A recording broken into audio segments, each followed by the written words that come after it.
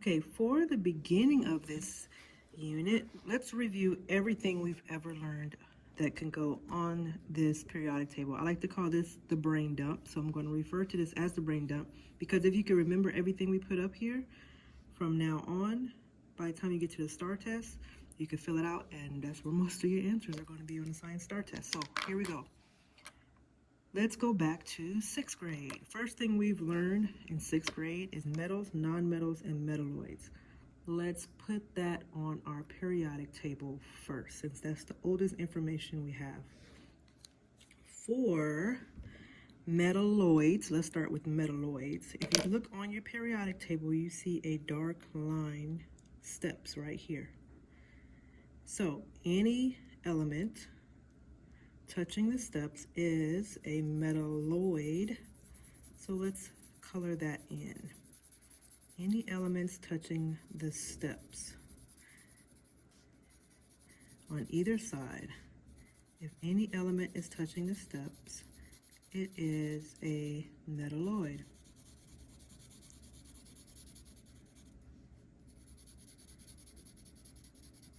So if you remember 6th grade, a metalloid has properties of metals and nonmetals.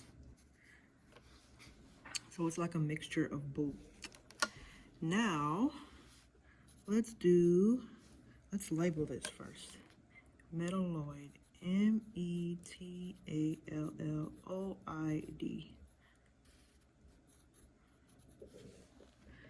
Metalloid. So, now let's do the nonmetals. When you're taking your STAR test, you'll probably get a highlighter of some sort, so I'll just use a highlighter.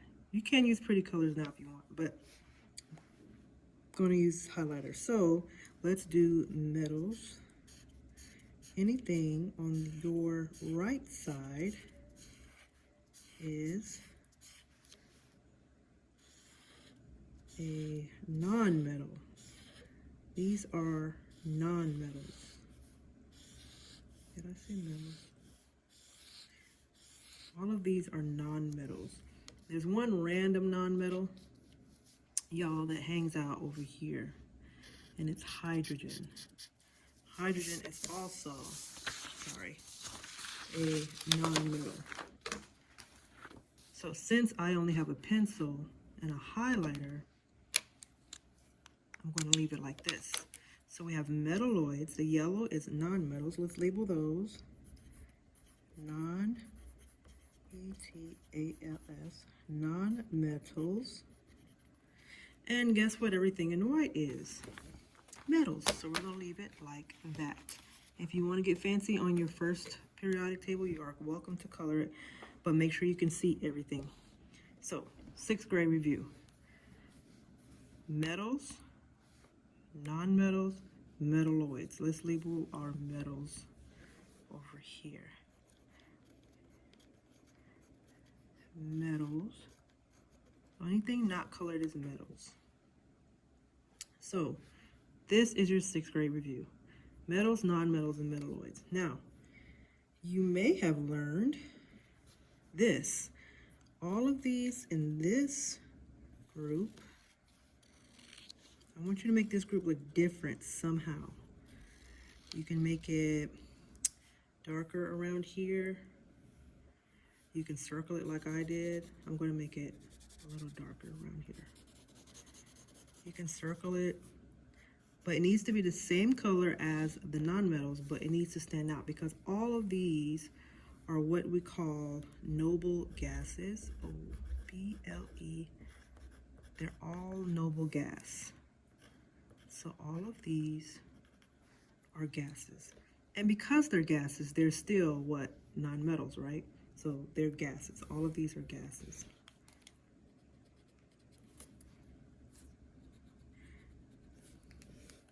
So we have metals, nonmetals, metalloids, and we have added gases. Now, let's review what we learned last week and put this up here. Last week, the week of February 8th. So, when we first started, we learned about protons, we learned that they are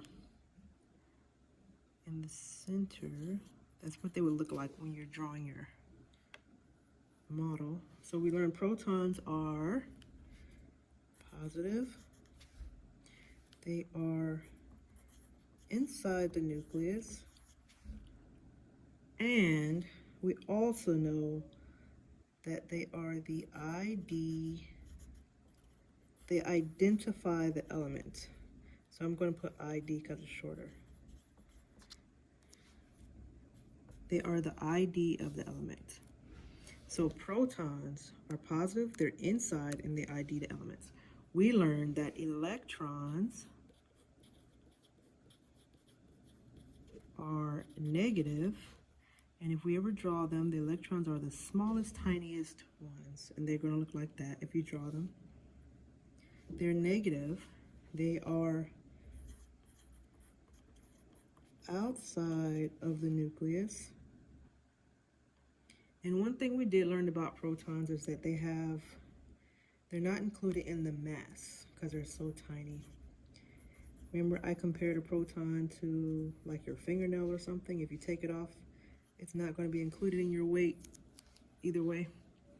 So electrons are not included in the mass. So we're going to put no mass. And the last thing we learned about was neutrons. That's an N, you guys.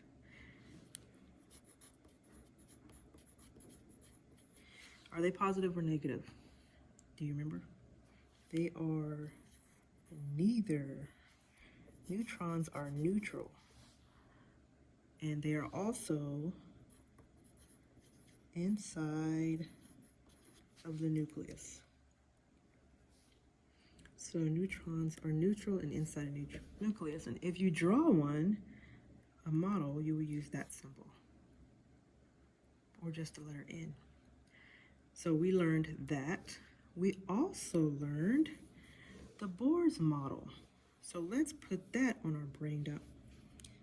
I'm going to start with the nucleus. I like to make my nucleus look like a blob because around the nucleus we have rings, and I don't want you to get them mixed up. So we have, let's do 3 rings. 1, 2, 3. So what's inside of the nucleus? Protons and neutrons. And that is also where all of the mass is. So if you look at it, it looks like protons plus neutrons is mass. Yes, it is. So protons and neutrons is mass. And then on the rings, we have our electrons. So one new thing that I do want to mention is on the electrons, on the rings, the first ring can only hold 2 electrons.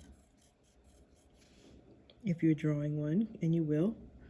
The second ring can hold 8 electrons. So I'm going to put an 8 right there. 1, 2, 3, 4, 5, 6, 7, 8. And the third ring can hold 18 electrons. And I'll try not to make you guys draw on 18, but I guess we could put 18 up here. 1, 2, 3, 4, 5, 6, 7, 8, 9, 10, 11, 12, 13, 14, 15, 16, 17, 18. So when you draw a Bohr's model, remember the first ring can only hold 2, the second ring 8, and the third one 18. When you get into 10th grade, it'll get bigger and bigger. So let's go over something else that we learned. So that's the Bohr's model. We learned that. We learned this. Oh, let's go over our little formulas that we learned. Let's put our formulas here. This here is a sample. It's not in the right spot. It's just a sample. So we learned that the atomic number is the same as the atomic number equals, do you remember? protons, and it's also the same as the electrons. Ape. We just learned, some of you already figured this out, but the mass, see up here? The mass is also protons plus neutrons. And we learn that, so we have ape here. Do you remember what the other one was? Man. So the atomic mass, let's make this M big. Mass minus atomic number equals neutrons. So that's your man right there. So this is all the stuff we learned so far. Atomic number equals proton equals electron. So they're all the same. If I ask you for one, you have the rest. But remember, this one's the ID. This one is the one that never changes. And you'll learn more about that in 10th grade, but we did write it up here. We learned that the mass is the same as protons and neutrons. Here it is in a picture. And we've learned man, mass minus atomic number, mass minus atomic number will give you the number of neutrons. That's the only one you got to do a little math for, so it's not too bad, right? So far, this is what we have.